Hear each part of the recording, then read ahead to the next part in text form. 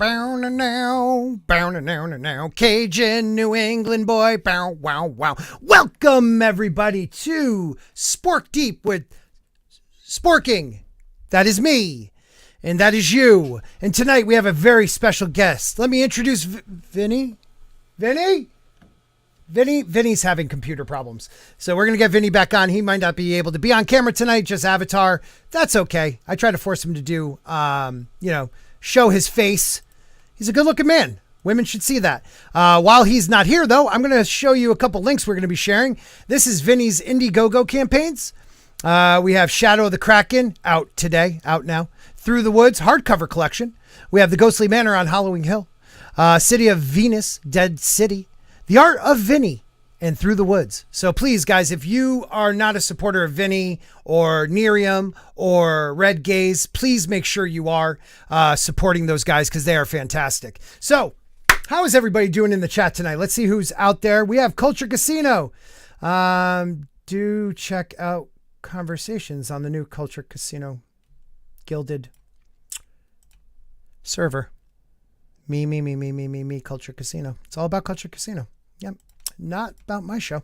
Gap Stargate. Hail, Sporky News Podcast. Hail, my friend. How are you? Mr. Grant Gregory in the house. We also have One Man Show. We will not be talking about Star Wars, at least at the beginning. So you're welcome.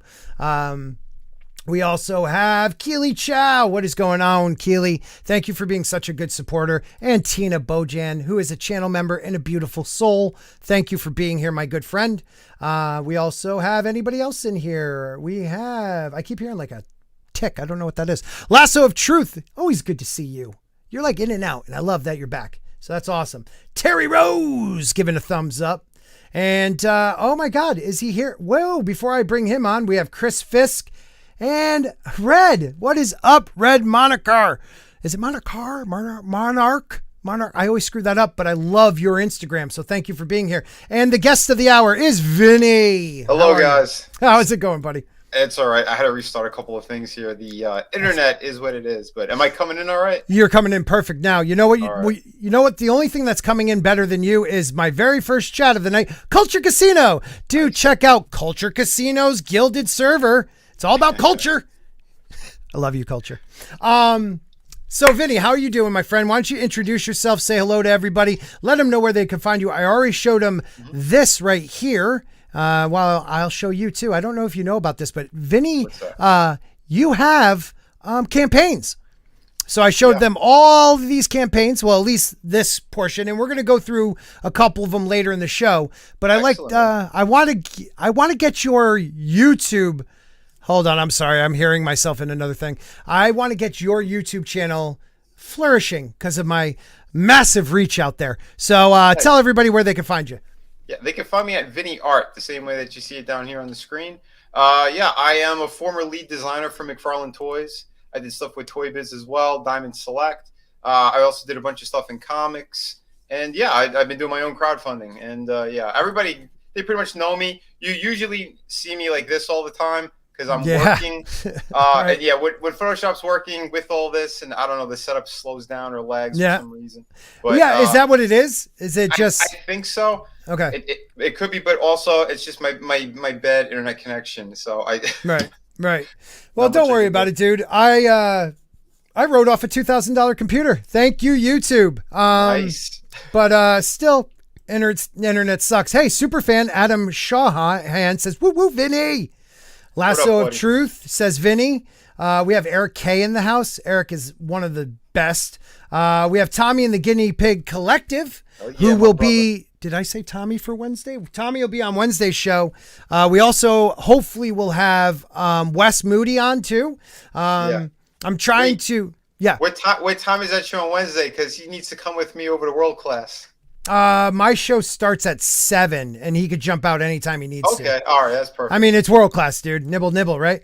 You gotta support World Class. Jeff has been nothing but positive to my channel. So yeah, man, he's awesome. And Tombstone says, "What up, Vinny?" So that's awesome. So we have a couple people in the chat. Most people, Mondays are tough. A lot of people streaming it, before the god dang virus that we will not talk about. I picked like the perfect nights to stream. And then once that hit, everybody and their mother started to stream at the same time. And growth sucks. What are you going to do? It's waves, man. It's waves. When I was fulfilling my first campaign, like I was getting really great growth. Like I hit my first 500. And then everything just stopped because I just took a little hiatus and everything changed with the algorithms. Mm-hmm. So then I had to work a lot to get past 1,000 again. So, it's weird. But hey, in that time, I fulfilled 5 campaigns and number 6 is going to be fulfilling pretty soon. Wait a minute. So you actually fulfill campaigns? Yes. Okay, because my question is this: is that, and I am such a novice to this. Is there a time limit to how long a campaign can run before you're like, hey, this has been like years, fill the campaign? It looks like there is now. I think Indiegogo, they changed their policies, if I saw correctly. And yeah, I think if you're past a certain time limit, I don't know if you get deplatformed or that you have to return or fulfill something. I don't know, but it looks like you get kicked off is what it looks like. Not 100% on that. Right. But, yeah. So people work, get your stuff done. Stop drama. Yes, absolutely. Stop drama is perfect. I'm shilling G&G.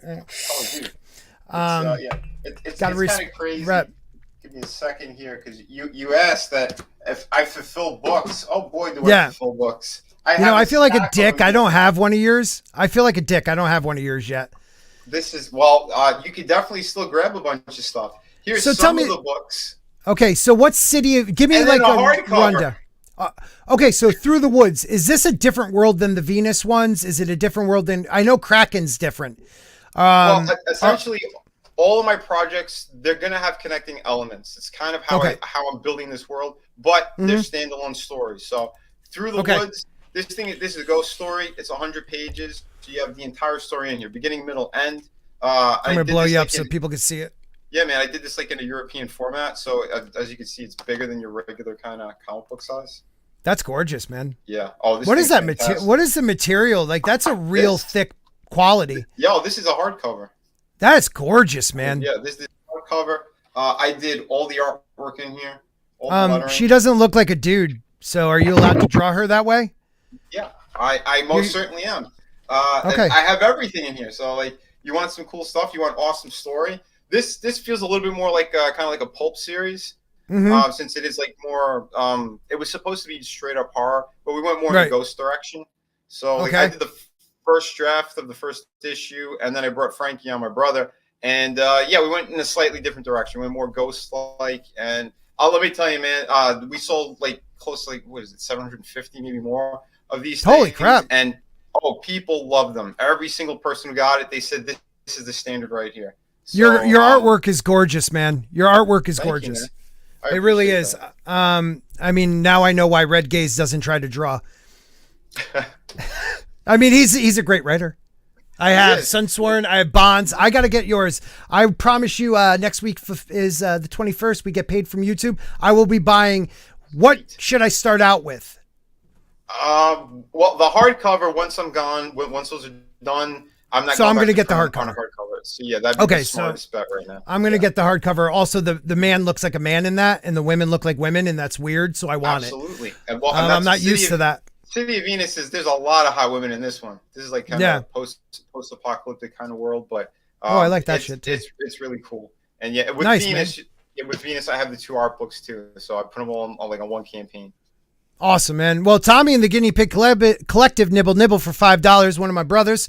He wants you to know. Don't forget to check out Shadow of the Kraken by Vinny, and that is the Indiegogo to Shadow of the Kraken. I also have just to his campaigns, all of his campaigns. So I will put that in the chat right now.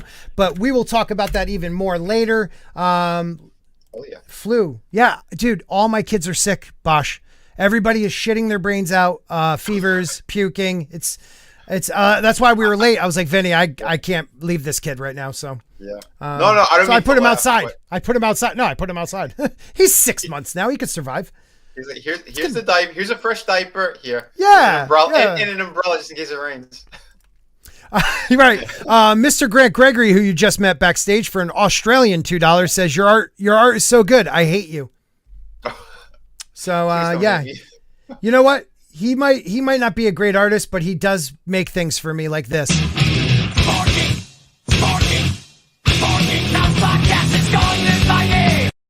Yes, that was him. That was my boy, Mr. Grant Gregory. Awesome.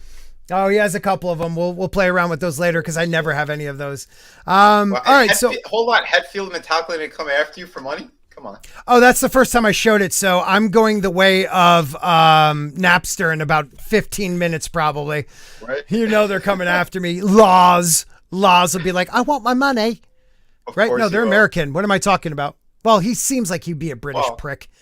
He's not British. He's no. They're like Detroit. Are they Detroit? Shit. That I don't remember. But I know Lars, his family's from overseas. Of course, his name is Lars. Yeah, his father was like a famous tennis player or something. Really? I didn't know that. Yeah. You know what he's good at? Being a bitch.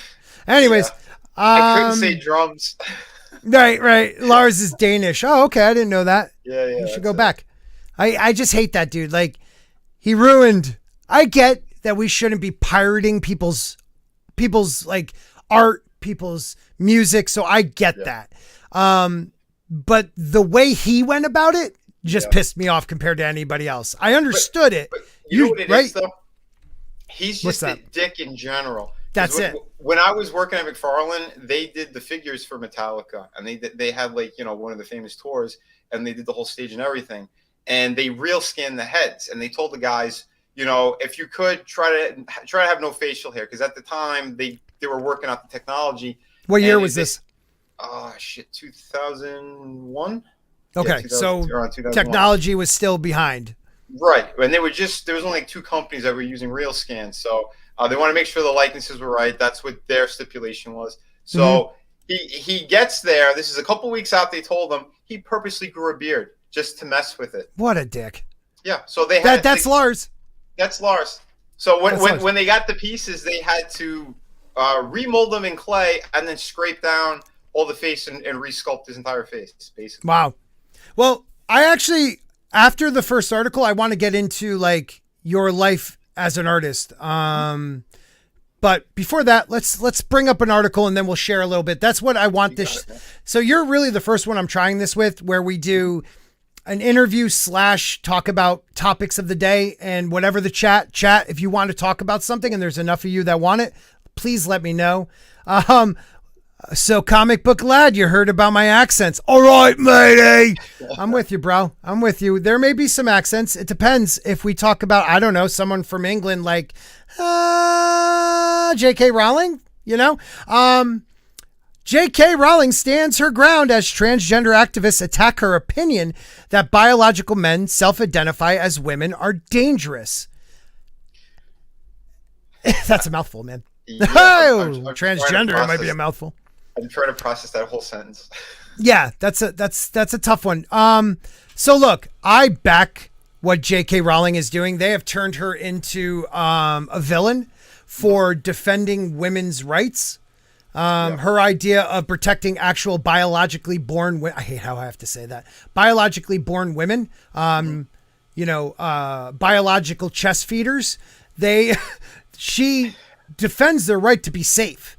So the idea that when they were pushing the whole idea of transgenders using the bathroom that they identify with, I was working in a sex offender treatment facility, and the joke around there was literally guys saying like, this is where people are going to get hurt.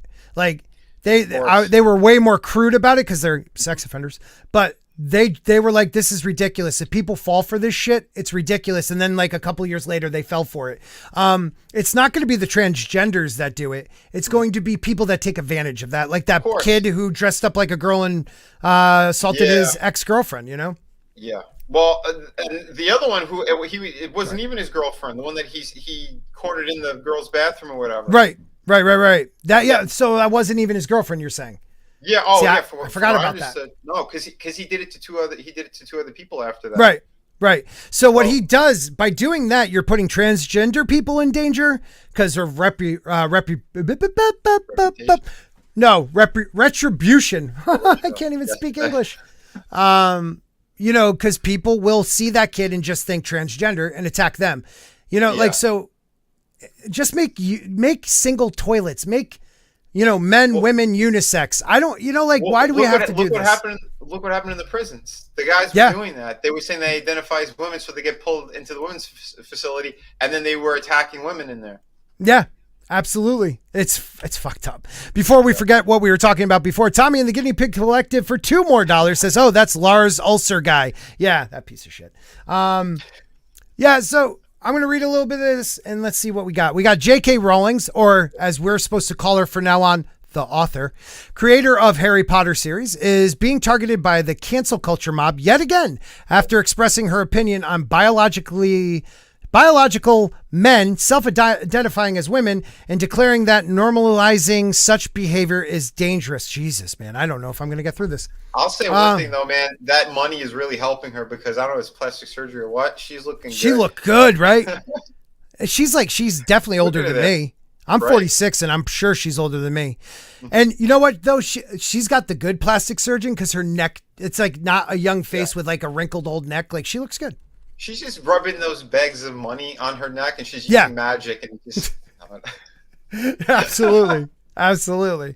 On the 2nd of March, the Scottish Parliament introduced the Gender Recognition Reform Bill, which seeks to, all right, Scottish is changes. No, that's not Scottish. Oh God, Scottish. I'm going to do it. Give me a second. Do it. What will we do with our freedom? All right. Changes the process to get a gender reconstruction certificate. GRC. Further explains. Yeah, I'm not very good. Further explaining this said certificate legally recognizes that a person's gender. That is not Scottish. That is not Scottish. No. I am sorry to all you Scots out there. What you did, but yeah. I don't either. I just know like the British guy in Braveheart goes, "You remind me of my daughter," before he tries to rape, Braveheart's wife. Whoa.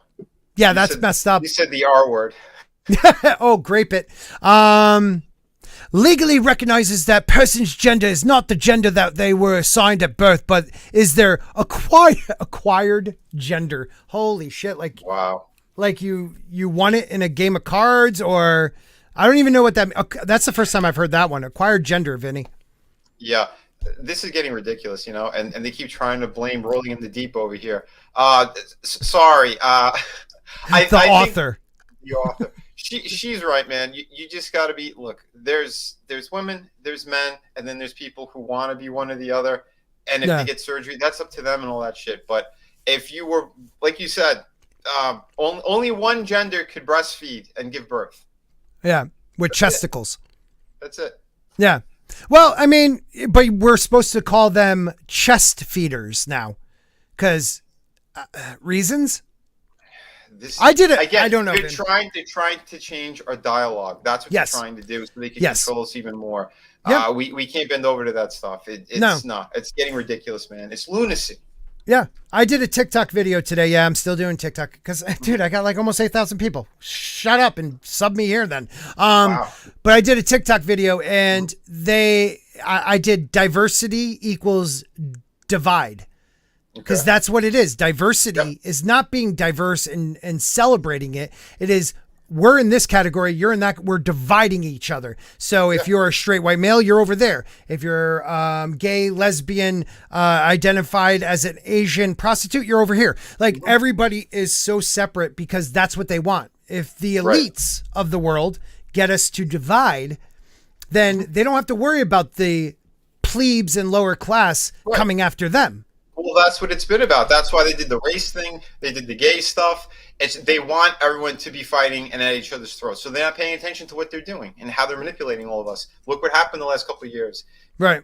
We know what the real reason was, and it's not what they said, essentially. Right. Katina, I love you, and I am so sorry that something happened to you, and you are right. Why is your safety not as important as his rights? Okay. Rights. Look, I am somebody who believes in rights, but when it comes to gender and your privacy in a bathroom, sorry, dude, you could tell me not to go in there and I will see. They only fight, like they want hate speech, even though there's no such thing. It's just speech. But see, they won't, they'll fight you on that, but then come here and say, well, then you don't believe in their rights to freedom of bathrooms. You know, like they warp it, man. You said it perfectly before. Yeah, that's it. They want to really hurt everybody in this way by changing the dialogue and trying to set these new fake rules that don't really amount to shit. People are actually getting hurt and worse because of what they're doing. Yep. So this is dangerous, and it's time for us to say no to all of it. That's why I love what DeSantis is doing. He's giving control and power back to parents, to people. Yes. Because that whole thing, too, that whole situation that happened with that bill, they're going, oh, he's anti-gay. No, he's not. Right. He wants the parents to decide what's going to happen with the children, not the government and not the schools. It's an anti-grooming bill, and they say don't. But see, once again, the media turns a bill and calls it now "Don't Say Gay," which is not the right. Look, my kids are all under the age of 8. I can't imagine. Like, we explain it as it comes up. One of my daughter's friends has mothers. Okay, we explain that. When two people love each other, they get married and they start a family. You know, I don't have to give her more than that. Exactly. The problem is now they want to take that out of my control and have them teach my children that are not even 8 years old what a transgender is, what gender reassignment surgery is, all this shit that shouldn't be done. That's a major issue because the thing is, like you said, man, it's grooming. It's so disturbing on every level. They want kids to be more aware of sexual stuff at a very early age because that's what these creeps are trying to do. Right. A lot of the programs they have, what they did with the school books, that Yes. they put in very disturbing things in there, and it wasn't just for certain. No, they went, I think, as early as 3rd grade or something. They had that book about that kid with the lawn mowers. And the sexual things he was doing. Like, why would that be in a school as mandatory reading? That's disturbing at every level. It is disturbing. I just saw something sexy summer camps for kids. Wow. It's messed up, dude. It is messed up. I saw something about it today and I probably won't be able to find it.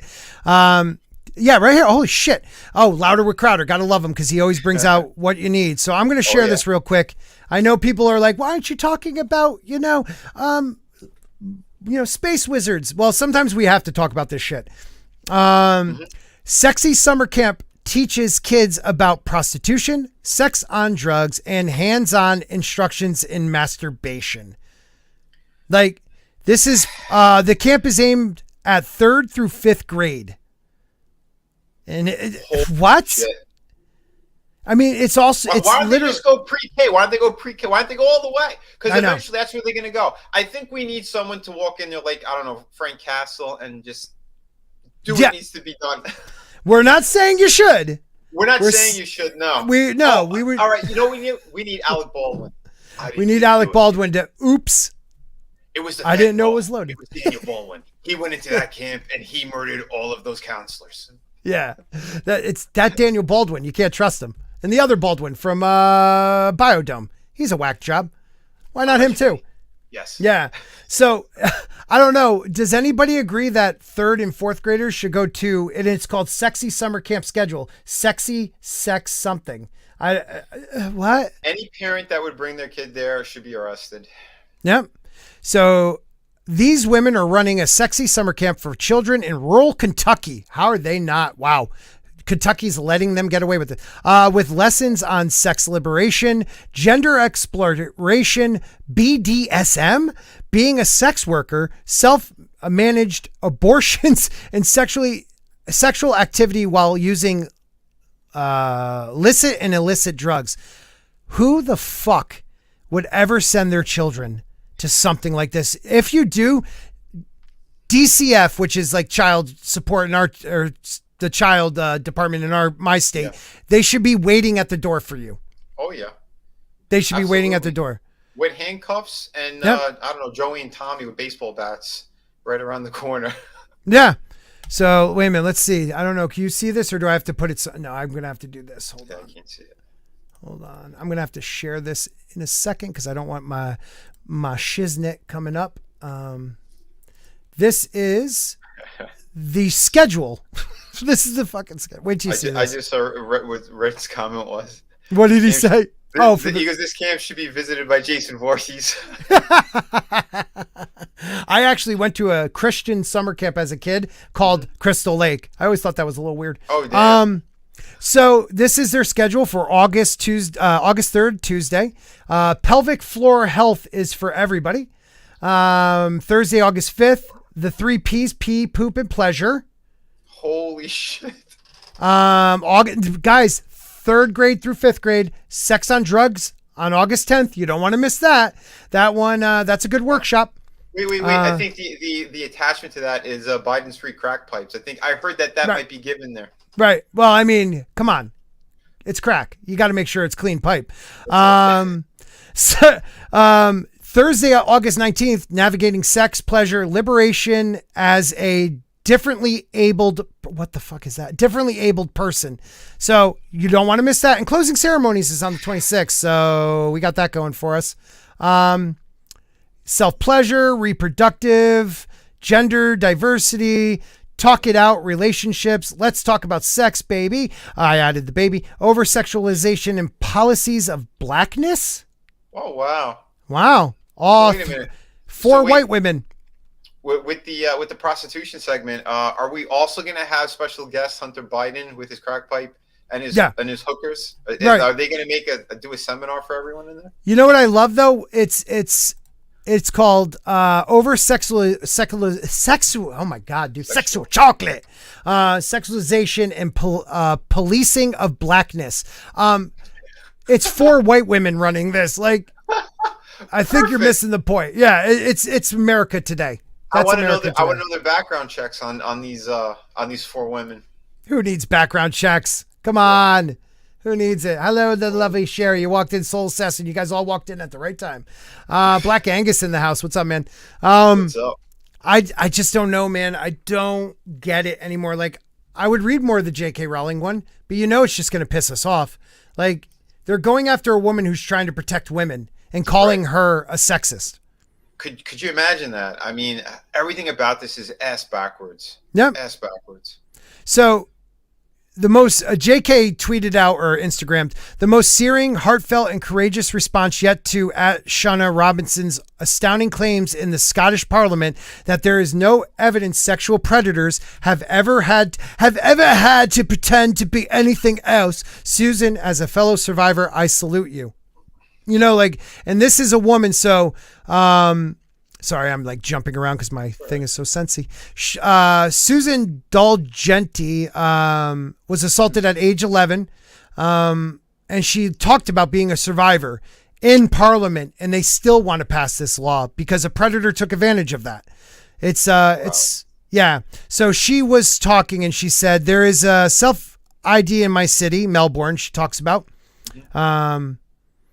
Men are self-identifying into the female sexual assault recovery services. Say no, and they take you to the Human Rights Tribunal. Women self-exclude. Groups implode. No more services for our most vulnerable women.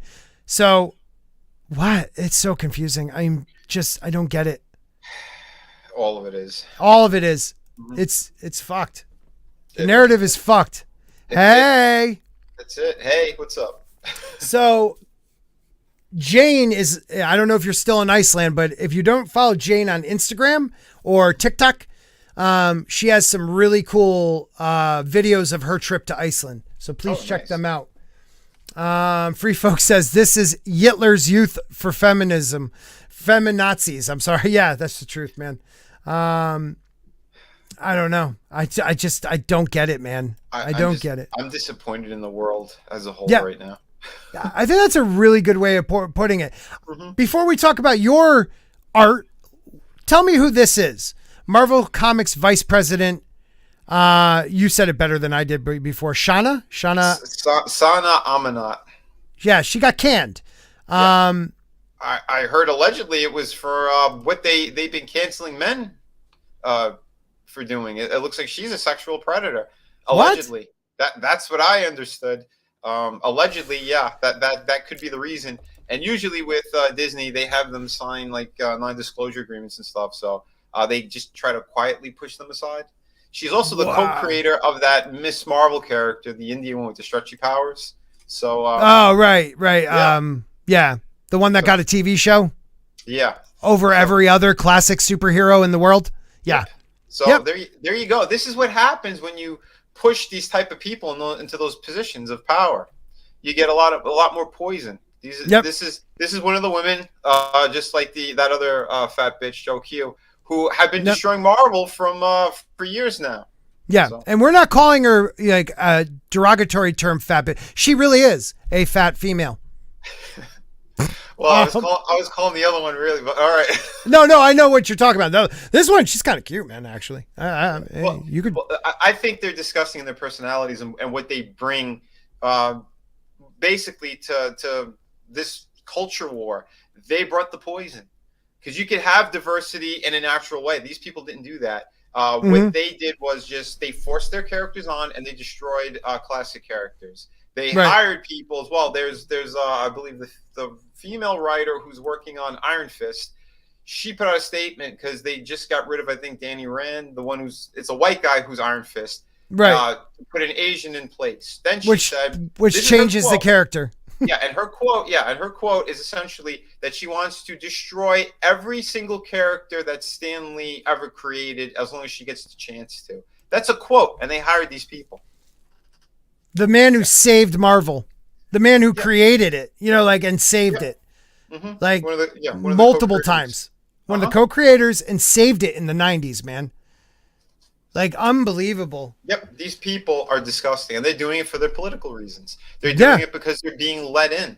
And someone like Joe Q, who has no face, he took the bag of money, and he was helping to push this poison. Well, let's see what we got here. So the rumors first surfaced back in December 2021 when YouTuber friend of a friend of a friend of the channel, as of Heel versus Babyface, took to Twitter to ask, "Hey Marvel, could you please either confirm or deny the rumor that," what's her name again? Sana Amanat. Sana Amanat was recently or still is suspended from work due to misconduct or something similar charges. He recently followed up on this idea in a recent tweet over the weekend asking, "Marvel, is there any truth to the rumor that Sana Amanat has or is in the process of leaving or being fired from company?" Former DC comic artist and the creator of Cyberfrog, Ethan Van Sciver, added credence to the rumor. He first tweeted has a rumor that Sansa Amanat has been fired from Marvel for sexual priority, you know what I'm trying to say, people, with 2 male employees. He added, "Rich Johnston, my guess is that this is bullshit, because if it was true and some bald British YouTuber got it before bleeding cool, ... So he's saying as is bullshit, what he's saying. Well, in a separate tweet, Van Sciver claimed spelled wrong. Guys, don't you have editors here? Come on, fellas. I can't even speak. I don't know why I'm calling them out. More confirmation was coming in regarding the rumor. He wrote, "Hey, Bleeding Cool and Rich Johnston.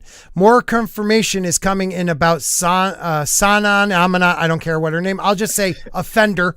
Allegedly losing her job at Marvel for sexually harassing Disney employees. Will you investigate? In reply to user questioning as a source on his first tweet, Van Sciver claimed he had a second source. He wrote, "Yeah, I got a second, better source. I didn't believe as. Could be just a rumor, but ... He would also indicate that he is taking the rumor with a grain of salt, writing on Twitter. He added more information to the rumor. Van Sciver tweeted, "I'm hearing Marvel is trying to parachute her out quietly without embarrassment." I don't know, man.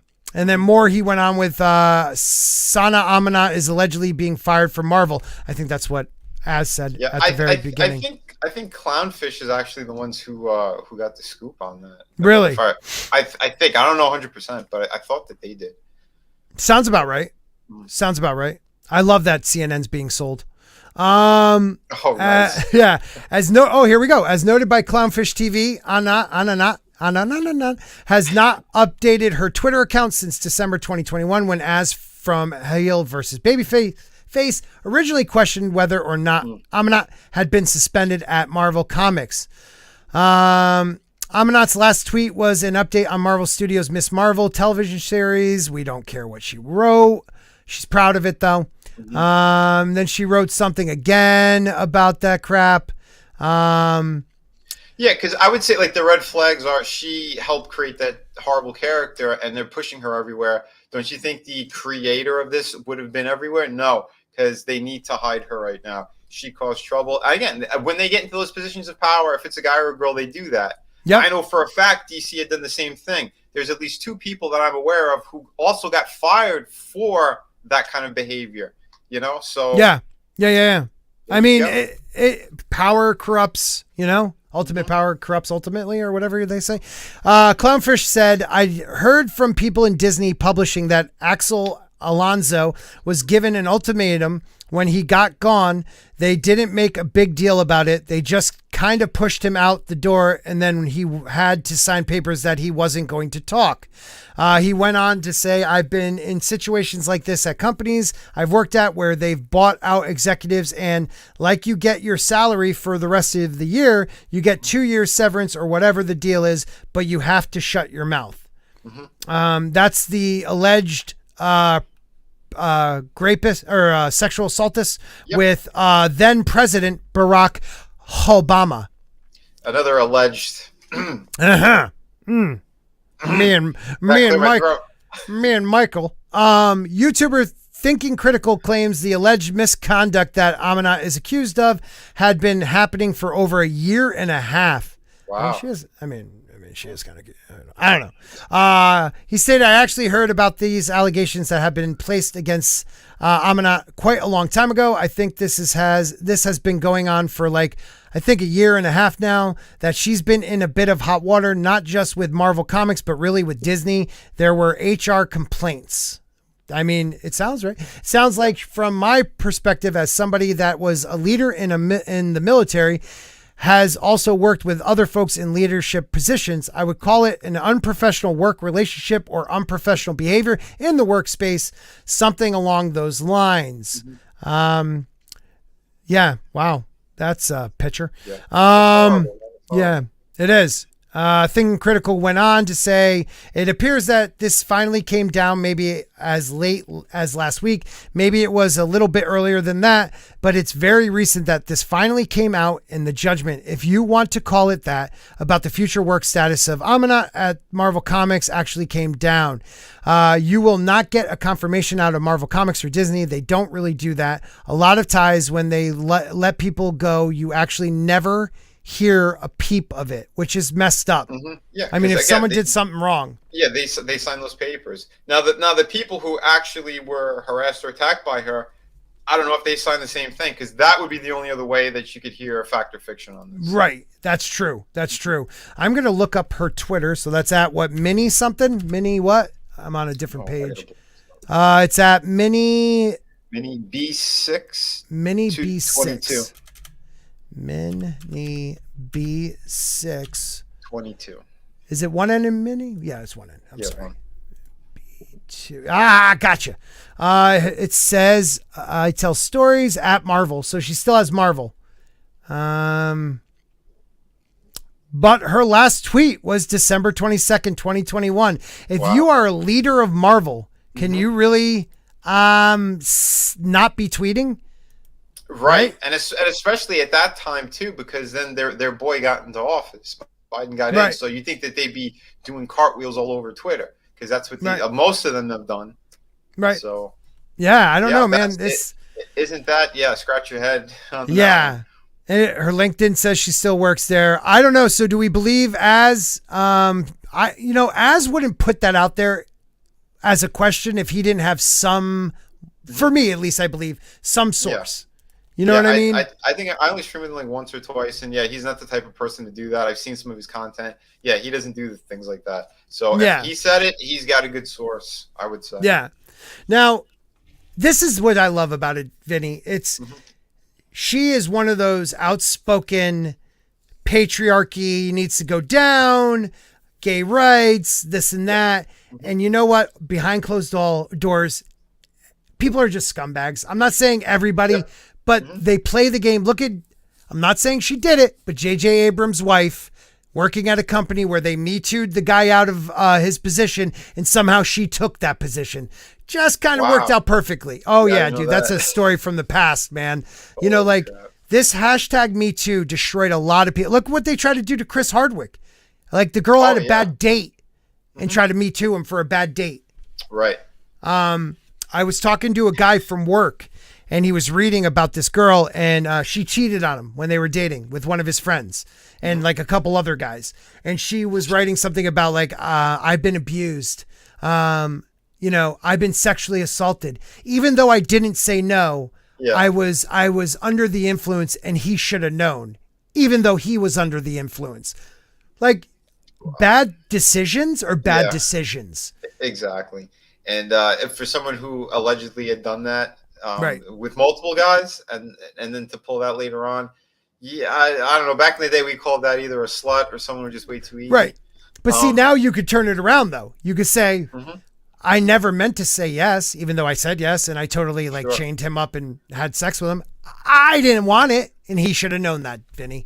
Yeah, dude, I'm telling you, it's, again, like I said, they're changing the dialogue. If you change the dialogue, then like they're getting away with murder, these people.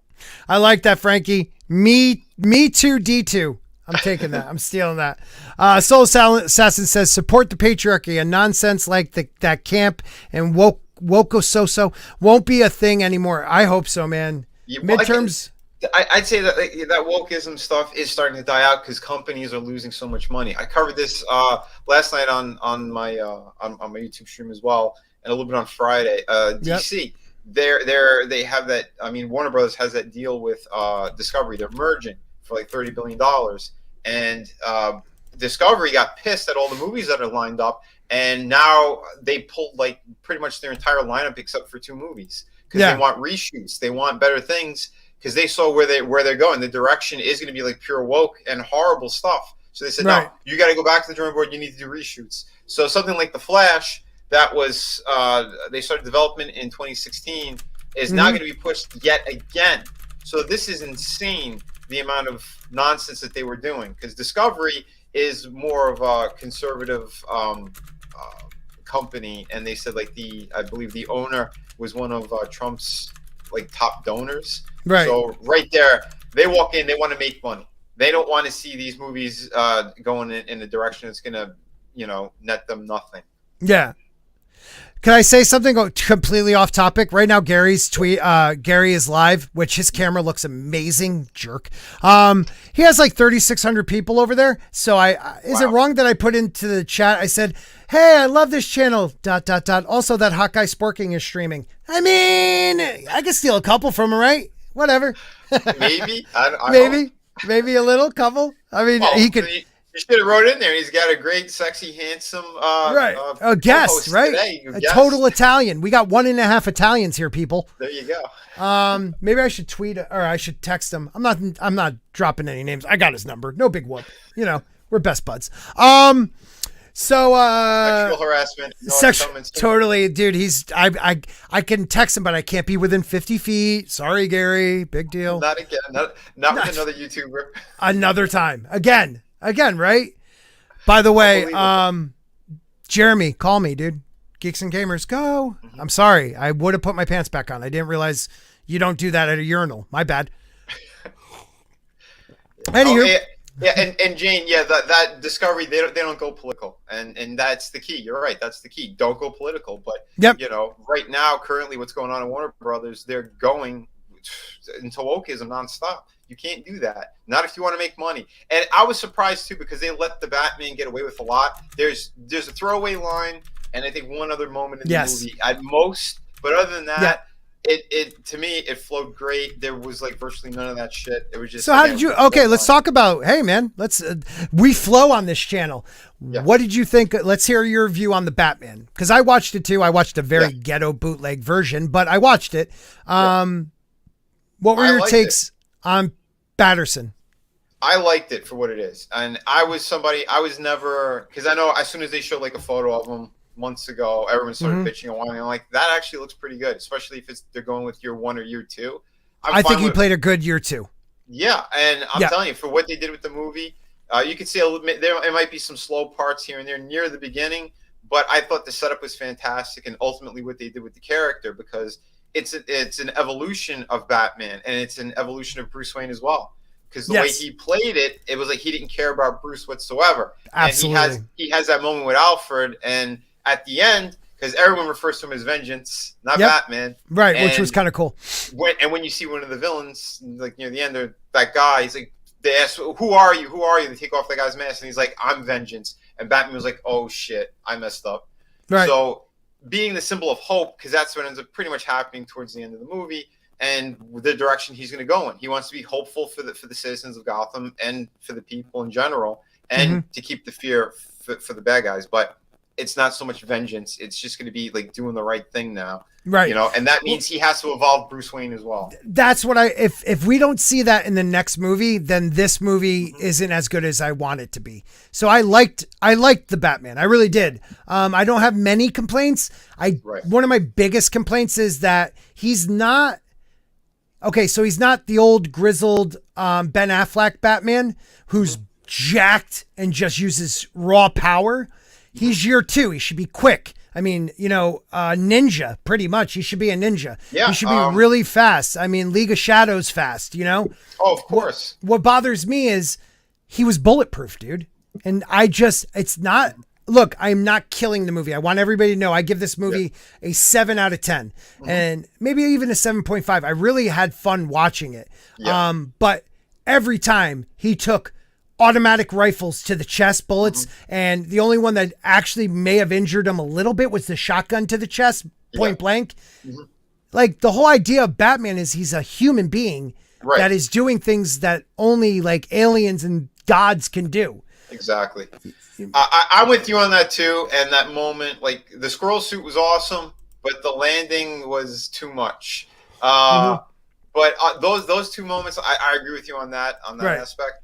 The shot where they're kind of just like they're spraying him with like the machine gun fire. Double. Yeah, and you see the cuts of like the flash of the barrels. Like, it looked cool visually, but I agree it was a little too much. Not even a little, dude. It was way too much for me personally. Yeah, but for me, like, that's the only thing that kind of threw me out of the movie a bit. But other than that, like I said, the story was good. The way that they did it, the way that how they're doing the whole Batman situation. How he is and how he's learning, like that whole thing with the lenses. I've never even seen that in the comic, that he's learning from what he did that night. Dude, that was really cool. That was dope. Matt Reeves shows that he does put a lot more care into the Batman character as a whole. Yeah. We got him for 90% of the movie was Batman. We only got like 10% that was Bruce Wayne. Bruce Wayne, right. And I'm fine with that. I am too. I think she did a decent job she's beautiful as Catwoman, Zoe Kravitz. I really did like the Riddler. I liked that weird 7 vibe he gave. And then like when the plan didn't go his way and he thought that Batman was on his side, dude, Ave Maria, like that was just, you're nuts. What I hope in the next one is they don't go with the Joker. No, I hope he's in the background, and I think Reeves has said something about that. Reeves said it, and so did Patterson as well. They said it looks like they're going to go with the Court of Owls kind of storyline. That's dope, and possibly Mr. Freeze, because the Court of Owls, Talon. Yeah, they built it up in this one because they talked about the orphanage and some of that stuff, and Talon is directly connected to that because it's kind of rumored he might have a brother type of deal. Yeah, that's what they did in the comics with Capullo and Snyder. Name drops. But what I have to see in the next one is that he realized that Bruce Wayne, because of the blowing up of the dams and the levees and the dikes, whatever the hell they call those things. Put your finger in it. Yeah, put your finger in it. He's gonna have to be Bruce Wayne to raise money. All that's spoilers. Thank you, whoever did that. To raise money. Sorry if you've never seen the Batman. To raise money for Gotham, because Gotham is definitely going under. And if Bruce Wayne doesn't show his face, they're gonna be screwed. Yeah. Well, I think that's why they set that up too, right? Where he has a conversation with the woman who's gonna be mayor now and all that. You're not doing enough. You should do more for the city. And it's kind of that joke of, I'm doing a lot for the city. But as Bruce with all that money and that influence, I think that they're going to step it up, because we know in the comics and everything, I don't care what universe you're going to play in, what multiverse, Bruce Wayne helps Gotham with his cash, with his fundraisers, with everything. So right. And right. I understand what they said with that Joker situation. They just want him there so that you know that the character's there. There's some kind of history. Right. And later they're going to start bringing in those elements. Right. But, I like what Frankie says here. Where does this leave the Penguin? Penguins are good swimmers. I think the Penguin will be taking over the crime. Well, wait a minute. Maroni died, right? Was it Maroni? I'm screwing. Oh, no, sorry. Is it Falcone? Spoilers are going to be up until we're done talking about this. So Mr. Grant Gregory, who's backstage producing with my great friend Culture Casino, can come back. But which one got killed? It was not Maroni, the other one. No, not the one. I just said it. Falcone. Yeah, Falcone. He'll take over his crime syndicate and then probably take down Maroni. I would love that to be like an offshoot in the movie, like a separate thing altogether. They might be doing that on his series, because they gave Colin Farrell an HBO Max series for the Penguin. Yep. So that's true. Yeah, you're right. They're going to give him that rise to power. And they said right now, because that movie's so solid and the foundation's there, they're going to start building up these other characters, because that's what it's going to be. It's more or less, these movies aren't so much to build Batman up. He'll be there and you'll see his evolution, but it's to build up his rogues gallery, from what I understood. Yeah. And I think that's a great idea. I was wondering about this too. The mayor's son who found his dad dead. Will he be, because the way him and Bruce Wayne connected at the funeral and at the murder scene, will he become that's right. 3 times. 3's a charm. Will he be maybe a Robin, or will he be, which I doubt, or can he be like, a villain? Who's his rogue gallery guy with the pumpkin head? The pumpkin head. Oh God, I'm blanking on him. Katina's right, because there is one of Batman's enemies is a pumpkin headed. Pumpkin. Yeah, Pumpkinhead. I don't remember Pumpkinhead. You don't? Hold on, I'll get it. For some reason, no, I'm drawing a blank on that one. I guess his name is Pumpkinhead. I highly doubt it. If completely wrong, dude. But there is one up here that says Pumpkinhead, but he looks really weird. He's a demon of vengeance. I don't think that's the right one. I'm assuming it's one of the rejected characters or D-list. It's not the Scarecrow. Is it the Scarecrow? Scarecrow? He wears a pumpkin head? Maybe no. I'm thinking of the cartoon. He wears the Scarecrow mask. No, everybody's saying at one point there was a pumpkin. Let's look it up. See, this is why I love the chat. Did Scarecrow wear a pumpkin head at one point? I couldn't tell you. Crow. I don't know. Batman pumpkin head. I don't see it, but I do remember something like that. So you know what, we're going with, he's a pumpkinhead. I like it. I like the people. All right, stop name calling that kid a pumpkinhead. He might end up being a Robin. I'm assuming, because the way that you think so. If he lost his parents and he's got what was the name of the mayor? Oh shit, I don't remember. What was the name of the mayor in Batman? Okay, we're going to find this. Chat, if you guys remember. Batman cast mayor. The mayor in the Batman movie was... Mayor. That's what I do when I'm alone. Don Mitchell. Mitchell is not a name of one of the Robins, so I don't know. No, but again, if they're doing their own thing too, I mean... I don't know, they could play around with it. Mm-hmm. But again, because we know pretty much all those Robins had tragic stories anyway, with a parent or parents that were killed. Right. So that's the connection anyway. That's Batman would have with them. Right. I don't think it's anything they're gonna do soon, and I hope not. Like, we don't need Robin right now. We just focus on Batman and building that world. Oh, Jack. That's who I was thinking of. Jack-O-Lantern, Ghost Rider's nemesis. I think that's who I was thinking of. Yeah, that's over Marvel. Yeah. That makes more sense. I knew there was some evil character that had not in DC. Yeah, not in DC. No. Now, Vinny, tell me a little bit about your history, because I literally only know a little bit of your history. I know you worked at McFarlane Toys. You've been an artist in the industry. When did you get into drawing? When did you realize, wait a minute, I'm better than other kids? I was maybe like, I think around 9 or 10 when I started drawing. Wow, pretty conceited.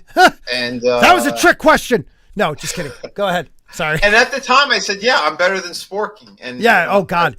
My kid's better than me. This is her superheroes.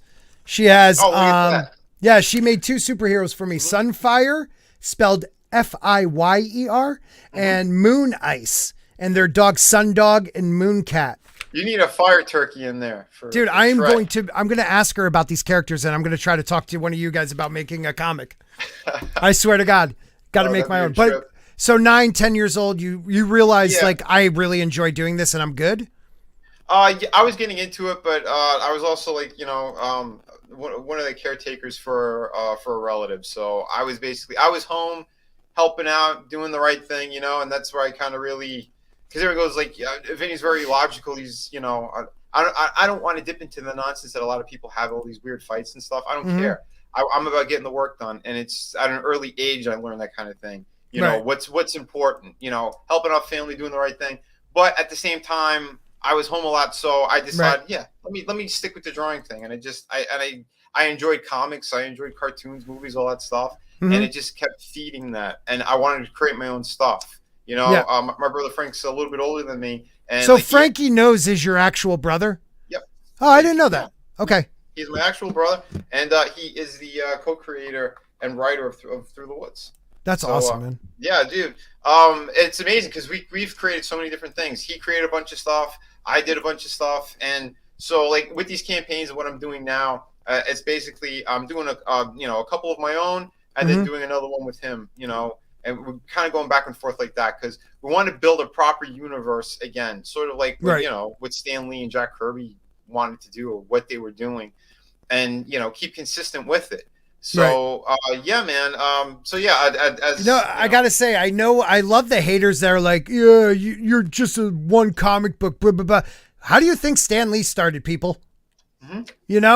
McFarlane, when he left, people didn't think, well, they thought he was good, but they didn't realize he was going to have a career like that. I mean, right? McFarlane was Spawn and all those, correct? Yeah. But even when he got into the business, he got rejection letters out the ass. Someone finally said, let me, I want to try you on something. And they put him on something, and it kind of snowballed from there. But he fought his way.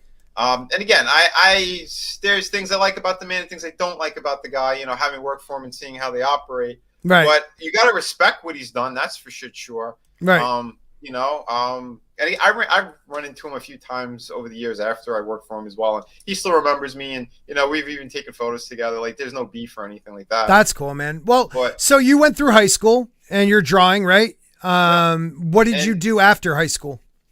Pretty much right out of high school. It was Frankie's idea. Like me and one of my other brothers, we decided to kind of put all of our artwork together and put it on a tape, and we sent it over because McFarlane, their art studio, they were looking for artists and stuff. But we didn't know exactly for what. It turns out it was the toy division, and again, it's something like I was a collector. I've been a collector since I was a kid. We had a lot of McFarlane stuff because at the time, like, they were getting better and better. The movie Maniacs and all those kind of things. Yep. So I was picking up all the books. I was a huge Greg Capullo fan as well. So I really wasn't missing those issues. And in the back, they were looking for artists. So we sent it. Long story short, basically, we went up for an interview and never went back down. We stayed there. Like they hired us. Really? On the spot. How old were you? I was 18, 19. Wow. And how long were you there? Year and a half to 2. And so worked on like somewhere on there. Now, I worked on full lines of figures. I saved shit out of the garbage. He had a video game property in the trash, and it was the sequel. They go, oh, we got this thing again. And they went to throw it out. I went, what is that? Onimusha. Now I don't know if you're a video game guy, but it was a samurai game from the creators of Resident Evil. It was a Capcom game, and they were like these demons that you were fighting, and it was like, I think for PlayStation 2, it was one of the highest selling games. And when I said that, like the guy was like the head guy running the studio nearly choked on his lunch. He was like, what? I'm like, yeah, you guys passed on this? Why? I think what the guy said he was a big fan of McFarlane, and he sent like, I'm not kidding, like stacks of books like this of reference. Oh my God. And they what they did is they took the idea and we did our Spawn Samurai line. Right. We were fine with that. I said, well, you guys missed an opportunity. So he goes, well, what did they send for the second game? So the second game was one book like this, super thin, and they had it in the garbage. I said, well, I know it. So if you want to do some drawings. So I drew out a whole bunch of these characters, different fighting stances, because I know the stances from the games. And Todd greenlit it. And then my other brother was actually a sculptor there. And we pretty much got that line off the ground. And I know for a fact they made $1 million. Each figure made $1 million for them. So, yeah. Oh, you're muted. You got to muted. Yeah, I'm muted. I'm a boomer. Don't worry about me. I'm still trying to steal Gary's people. So you were at McFarlane. Where did you go after that? Millions of dollars is a lot of money. Gary Raid, thank you, Cody Guy. Sure, I love you, brother. Again, I saved those lines, but then I did a bunch of other stuff too. I did some stuff with Shrek. I even painted some figures as well. Wow. But I was responsible for the Tortured Souls 2 line with Clive Barker. No shit. Yeah, they were going to pass on that. And Todd was actually visiting for Toy Fair because he hated going there because they used to be located in New Jersey. And the armpit of America. Exactly. It was a hellhole, man. I could talk about it because I lived there for a little while. Yeah, North Jersey. South Jersey is beautiful. North Jersey was the worst. We were in the sticks. Yeah. But yeah, we had a funny name for the town. I don't want to say it on there. But it was interesting. And the other funny thing is that the head guys who were there early on at McFarlane, they were called the Four Horsemen. They decided to leave, and they cut a deal with Mattel, and they were responsible for bringing about He-Man back then.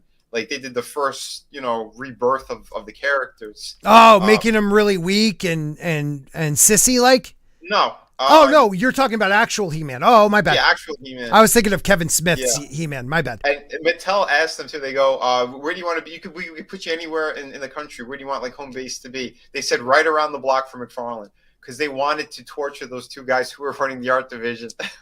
Bro, it was hilarious. No shit. But yeah, no, they came out with some really cool looking stuff. Yeah, it was like the 2002 He-Man reboot.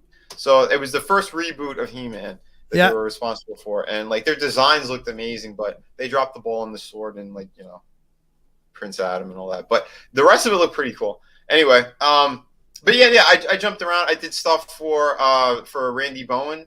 I don't know if he did. Like, I don't know who that is. He did all the Marvel busts. Like they were just. Oh, okay.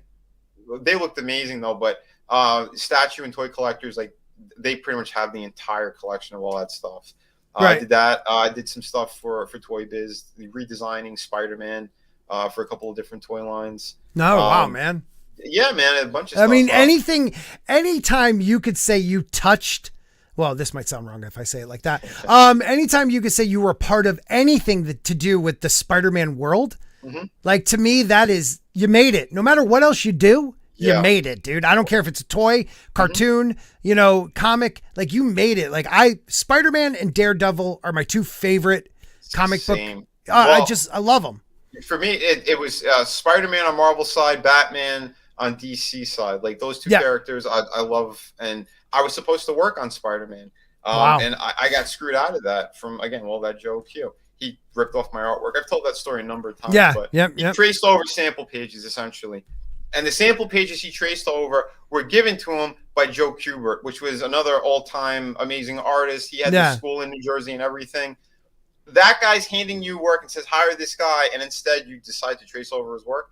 That's messed up, dude. Yeah, the house of stolen ideas. I could have totally done that too. Damn it. I should have thought of that myself. The editor I was working with, he's the one who told me the entire He's like, I'm not going to bullshit you. Because like the guy was furious. He wanted to work with me. And I was going to work on a really good series with a very famous writer. Yeah. But the guy, he put one of his friends on instead 2 weeks before I signed the contract. Now, is this one of those Twitter things where people are going to be like, he's a liar, don't listen to Vinny, like. Oh, I could give a rat's ass. I know, but it just makes me laugh. Like, why do you need to lie about it? Exactly, don't, you know. And I Yeah. told the whole story. I told the story with Cecil as well. It was the hut. Someone tried to talk shit, and I put them in their place because they try to discredit me as well. Because at Toy Fair, they have like after parties and stuff, and Joe Q was one of the special guests, and you know there was a whole situation that happened where had I known the traced artwork was right behind me.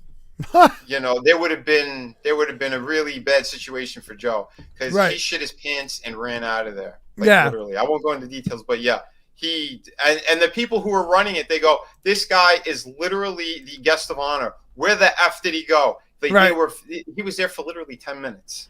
Well, he knew he was caught out, dude. Yeah, because he was walking, he signed his stupid books. Nobody wanted them. They piled up there. Nobody wanted them. So I'm like, oh, you got time to look at some an art portfolio? Oh yeah. So as you slip into, I see his hands trembling with the books because he realizes who I am and who my brother was. Now let me ask you, what happened after that? Because I've heard this story. What did you do after that? What year was this? Oh shit! Wait, what year was that? It might have been. It was whatever the year that Sins of the Father book, that Daredevil book. It was that specific book had come out. So if you guys remember that. I don't remember because I went back and forth to New York. I lived there for a little bit, moved back to Florida, went back up there. Right. So my time frame. I can't remember what year that was. It was still the early 2000s. Yeah, I was gonna say like 2004, 5, somewhere around there, or maybe just a little bit later. Somewhere around there.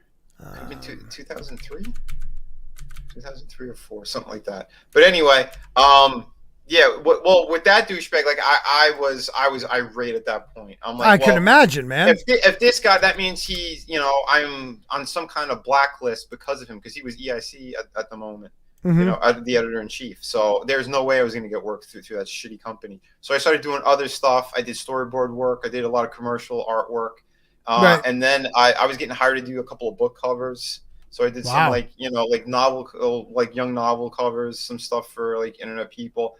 And then I did a series of covers around the time that like Obama was getting into office. And again, that's no surprise either. I had it on my campaigns because the portraits that I did, they were so good. They started getting publicity for the company, and I did interviews on CNN, MSNBC. Like I was hitting some pretty big. Well, at the time, the media. That's crazy. Yeah, well, everyone knows what the media is now, but back then. People they actually meant something. We weren't fooled as much. Right. Or, and we were. Well, I wasn't into politics at the time. I really didn't care. I'm like, I don't know who the hell these people were. Like I paid attention in little bits here and there, like anybody else, because working, traveling, like I didn't have time for that shit. So yeah. And between all that stuff, I did like the convention scene for a while. You know, like 10 years straight. Yeah. Doing a lot of conventions and then I was building up my library essentially of characters and stories, and you know, pulled the trigger on them and just started working on this stuff. And your first one was Venus, or was it Through the Woods? What was it? It was another project that actually got we got screwed over by this other shitty comic book company that went under, and does that happen a lot? Yeah. The industry is just it's filled with snakes and scumbags, and that's one of the reasons. Like I got so fed up, I said I'm just going to do my own thing and make sure everything's in place the proper way. So these people, they stole the property, they turned into a TV series that we had, and what? Yeah, it was on Fox, and it ran for like I don't know. What was it called? 6 episodes. Johnny Zero. They changed the title. It was something completely different, and it's a property that we might get back to anyway. Because my brother wrote a lot of stories on it. It's an amazing project, you know, kind of street level stuff. But yeah, they didn't know where it was going because they only had the first issue. And again, so kind of Dan and Dave Game of Thrones style. Yeah, something like that for sure. They really had no idea. But yeah, they changed some character names, and some of them they put like names of like the town we were from and everything in the show, and like it was a mess. That's crazy. Yeah, but again, they changed it. Like it was called Johnny Zero, right? Yeah, They changed it like 40 to 50% or something. So legally, there wasn't much we could do about it. But again, they didn't know anything else. They only knew one element of the story, which wasn't even the major element of the story. So yeah, it was shitty. But again, that's why like this industry, it's filled with scumbags top to bottom. You know, Right. Right. It really is. It's filthy. That's why I said I don't care, and I no one's gonna tell me what to do. No one's gonna try to, you know, you got to lick somebody's boot. No, fuck off. Over here, what we're doing, we're building the proper things, and we're making sure everything is gonna be correct. Everything's gonna be at a high caliber. The quality is gonna be through the roof. That's why I pretty much paint digitally I paint every freaking page. So I'm drawing, I'm inking, painting, lettering, doing the works, man. Because people are paying a premium price. They better get a premium product. Yep. I mean, it's gorgeous, man. It really is. It's amazing what YouTube has done for me. Like getting to, why did I X out of that? For me to meet people like you, people like Nerium, people like Red Gaze, like you talented people like Walton, just talented. Well, Walton's more of a reteller. He spews out, you know, history. He's not that talented, but you guys are talented. Love you, Walton. Hold on for a second. For those who want to hear about the happy ending to that situation, the guy who stole that project from us, apparently when the company went under, this guy was like in charge of like new talent or new creations. So he had just stacks and stacks of other people's properties and ideas. So he went to Hollywood and he was trying to sell them off for $5-10 grand, whatever, just to get quick cash. Well, this guy made a killing. He went to Costa Rica, one of these places, and drove off the side of a cliff and was in a coma for about, they said, 6 months to a year. So karma, like Frankie says, is our hitman. And they said when he came out of it, he's got permanent brain damage. So I don't even know if the guy's still alive, to be honest. So wow, dude, that's crazy. Don't steal from people. Yeah, don't steal. It's karma's a bitch, people. Karma's a bitch. Right. So Vito and Tony. Yeah, cousin Vito will take care of you. Come on. Hey, come over here. I gotta talk to you. Grab your goddamn shine box. Come over here. That's one voice I could do because I have family members like that. So I wanted to show this. We were talking about how like wokeness is starting and like the whole craziness of the left is finally kind of like backing away. And I don't know, you know what? I don't know if I have it right here. I'm sorry.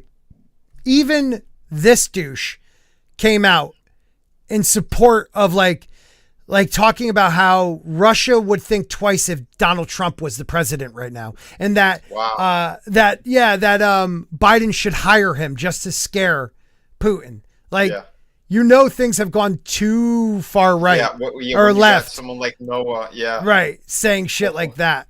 That's crazy. But here we go. Let's take, why did I do that too? Let's take a look at another topic here.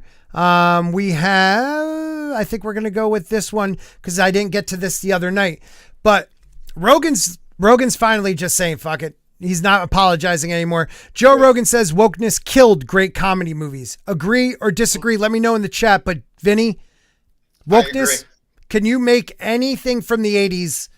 Porky's, Revenge of the Nerds, any of those movies. Go down the Mel Brooks comedies. You can't do any of those. Blazing Saddles, dude. Blazing Saddles alone. Shit, you name it. He's got from those jokes to the Yahtzee jokes. Everything is now you got to watch out. Well, they're going back into TV series and stuff, and they're doing edits and they're cutting things out. They did it to The Office. They did it to I heard about that. Sunny in Philly. They took out, I think, full episodes, not just editing certain things. Yeah. That's crazy, dude. That blows my mind that you're censoring the past. Like I could see people going back, like this is how messed up people are now. They don't really look into things anymore. So they like, you got to cancel All in the Family because Archie Bunker's a racist. Oh, dude. Like not knowing they're talking about race. And they're talking about different generations, and it's opening the dialogue for that stuff because it's funny that this guy, he seems ignorant on so many situations, but at the same time he's not. And it's just how things were back then of how they're again. It's the dialogue, right? It's changing the speech, right? Changing how we talk and that's how they kind of manipulate the narrative. Right. So even back then, again, and look at Norman Lear. He's still alive. This guy's in his hundreds. He's like 102 or something. Right. How old he is. And his brain is still sharp. And what he has said about all these series, what he did the Jeffersons as well. He did all these great monumental shows that talked about these things. Yeah. And fought for the right things. Yep. Well, I mean, the Jeffersons came out of All in the Family because he became a new neighbor. You know, like the whole meathead being a hippie and the difference of generations, you know, like it was probably one of the greatest television shows of all time and one of the first that used the half-hour sitcom as a tool to teach society something, you know, like a moral message. And people are morons and they don't realize that. They are. They really are. So Rogan goes on. Joe Rogan thinks wokeness ended great comedy films. Back in the day, we used to get a couple great comedy movies every single year, but over the past decade or so, it seems like funny films is about as rare as a unicorn sighting. Joe Rogan thinks people going woke is the reason to blame. Yep. You know what they did? They replaced those type of comedies with something that's very, very sexual or very, very creepy. You know, like. That's what they've done. What's a really dumb one with De Niro and Zac Efron? I didn't see it. I only saw the trailer, but you could see how. Grandpa or something like that. Like he's his grandfather. Yeah, and if I understand, like all he's trying to do is like bang these college girls, and they said there's nothing but like that kind of humor. It's really, really raunchy or really, really grotesque, like with like shit humor. Right. Now, even let's go back even like just like, I don't know, maybe it's longer than that now, but like the Judd Apatow or whatever his name is, like you can't do, I don't know if he did this one, but like Wedding Crashers. You can't do the one with the high school kids trying to get booze for a party and they're nerds. Super bad. What a great freaking movie. That was hilarious. Before Seth Rogen became Seth Rogen. Racist. It blows my mind. Like comedy is dead. It really is. And Rogan goes on, he says, what was the last really good comedy movie? It used to be, you would be able to, there's something about Mary, Kingpin, you just snap them off. You knew what they were. It's like wokeness killed the comedy movie in a lot of ways, Rogan said. I mean, it did. And they're afraid to, again, like showcase women in a hot manner too, because a lot of those movies too, like they'd be titty movies that were funny like that, or they'd have those moments. Like you could have it, but then not really go that far in, because now it's just like splooge, talking about anal stuff. It's like, oh come on, dude. Yeah, like, it's just a warped. I mean, what about there's one about two high school girls going to get an abortion. Have you ever seen that one? No, I don't want to. Oh my, it's that alone. I'm good. No, thank you. Yep. It's Tropic Thunder. Perfect. Thank you for saying that. Can never make that again. I am so surprised because we're getting right into that kind of that culture war nonsense and the wokeism.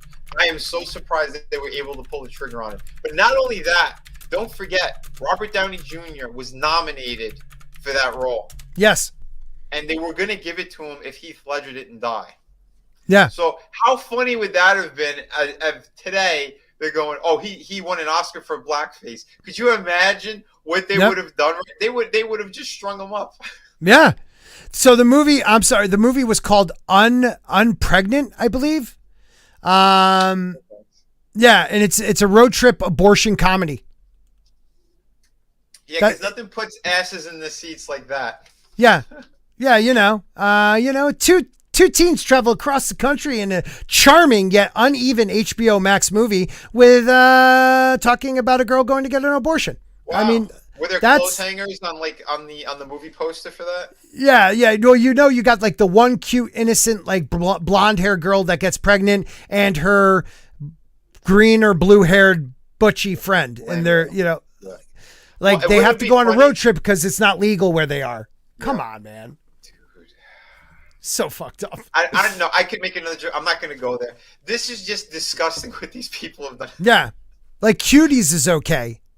But, Frank the Tank isn't. You know what I mean? Like, I don't get it. This is too much, man. Yeah. Well, again, because Hollywood is run by a lot of diddlers. Fredo's? Yeah. Fredo wasn't diddling kids. He betrayed the family and got shot in the head. Yeah. Well, it rhymes with the other one. You know what I mean? Yeah. Rogan goes on. Is there a woke comedy movie? Is there even an attempt? Is there even an attempt at a politically correct comedy movie? They just stopped making comedy movies. And he's talking with Tom Papa. They settled on The Hangover and This Is the End as possibly the last two great comedies that weren't afraid to push the limits, according to the same report.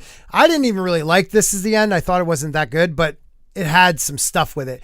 Yeah, there were moments that were funny, but yeah, I'm with you. Yeah.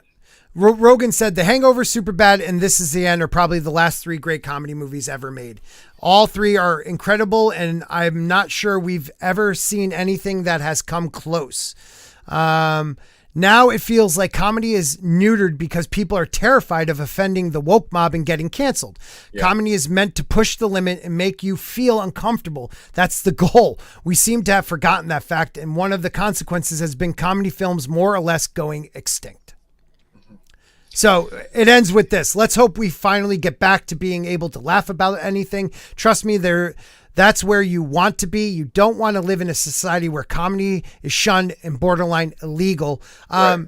It truly is one of those things where comedy should never be censored. Comedy is the guy who made fun of the king. Like, right. Satire is something that in a free society is important to call out, governments, religion, everyday life, and make it funny, but make you think about it. Yeah. Well, the reason for that is because now that comedy, there are certain people who are that smart that they can pull it off in a great way, where it puts too many eyes on what the woke mob is doing, what the extreme lefts are, what they're doing to destroy pretty much our modern world, right? So if there are comedies that are very well written, very smart in that direction, well, we can't let that happen, and we need to put an end to it. So that's what Hollywood's doing. And you can see it across the board. And even the actors who are speaking out against this stuff, what are they doing with them? They're clipping them at the knees as well. They're going to take them out of franchises because they're like, wait a minute, what's going on? They don't want people who have larger audiences to tell the truth. It's all about hiding because their narrative is what they're trying to push. Isn't that crazy, dude? Isn't that crazy that we've gotten to a place where I know how it happened too. It was like a place where, we'll give them that one. It'll correct itself. It always does. And we just kept giving and not saying anything. Sadly. And then silence was actually guilt. It's gotten to a place where you can't even let it brush off. Yeah. Yeah. Silence gives consent. We can't do that. That's why with my projects, we don't put any of that garbage in there. We're telling you good stories. And that's the whole point of it all. Women are women, men are men. Exactly, but we can have fun with it. That's why we jump around with the genres. I got a ghost story, I got a futuristic story. The pirate one's going to go in another direction. I can't say what it is yet, but because there is a supernatural twist in that one. And you mean Shadow of the Kraken? Yes, Shadow of the Kraken. Yes. Which again, we crossed the 19,000 mark. Thank you so much for that support, everybody. But awesome. And this book, I should be done with all the artwork and putting it all together about mid to end of April. So another few weeks. But that's awesome. I'm right there. All the pencils, all the inks are completed. I'm just painting the last couple of pages, and then I got to do the lettering. So other than that, this thing is pretty much ready to go, and I can't wait because I poured my heart and soul into these pages. Like I said, every page looks like a painting. Oh, that's dope. That's so dope. And shit, look at the veins, look at the muscles, really talented, man. Thank you, man. And I'm all self-taught, I don't remember. That's crazy to me. I never went to school for any of this stuff. I'm self-taught too. Stick figures. There you go, man. Yeah, something, But check out, we got these awesome acrylic standees as well in the campaign.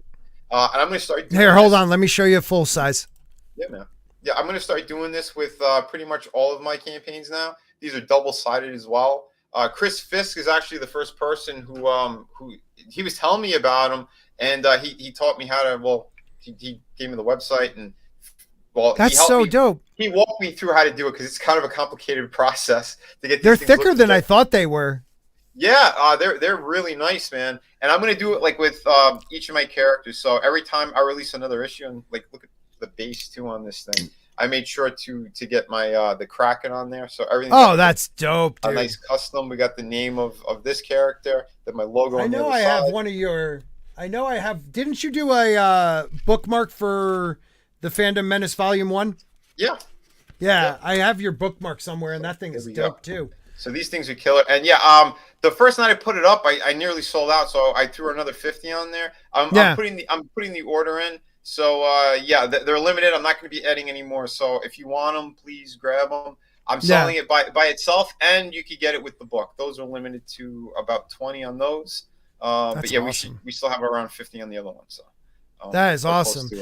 The lovely Shirley says they're thicker than I thought they were. Yeah, I did say that, didn't I? Ah, shit. I didn't realize how that came out.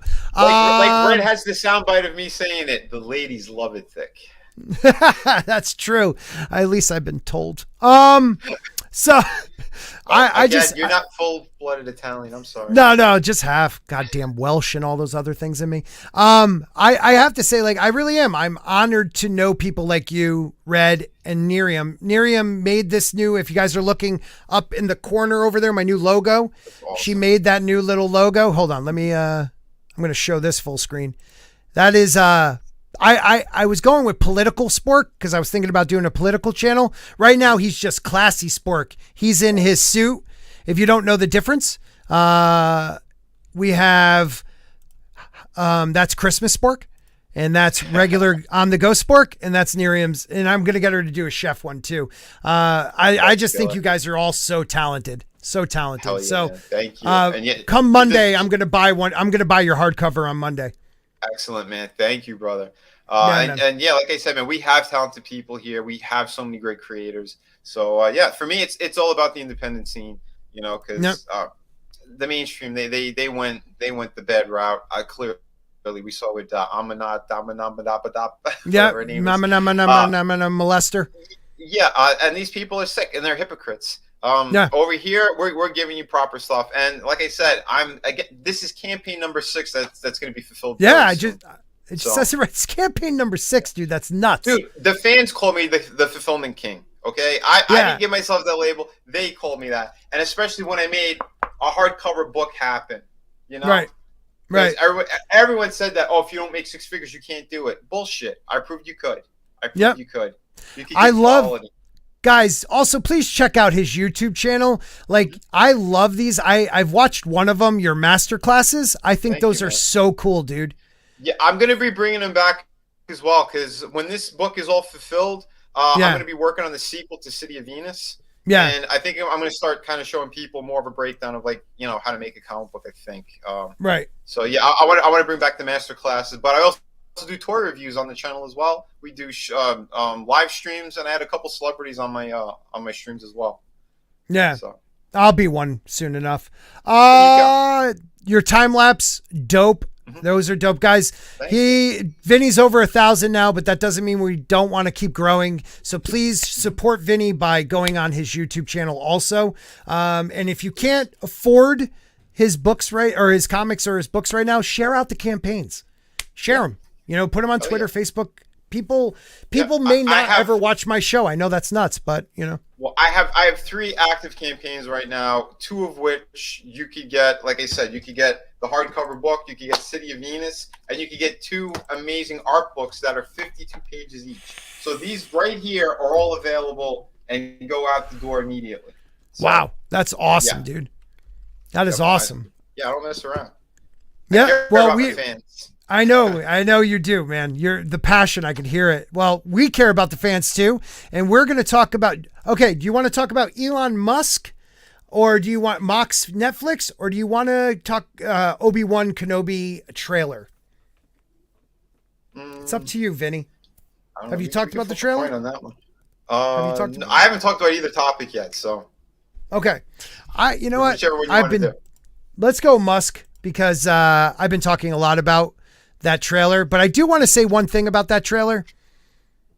Why do I care that Darth Vader and Obi-Wan are going to fight for a second time? Because we already know going into A New Hope that neither one of them won. Yeah. You know, like the first fight, Obi-Wan won. You know what I mean? Yeah. Well, I got fight. I got something I could share with you, which since it's open, All right, please.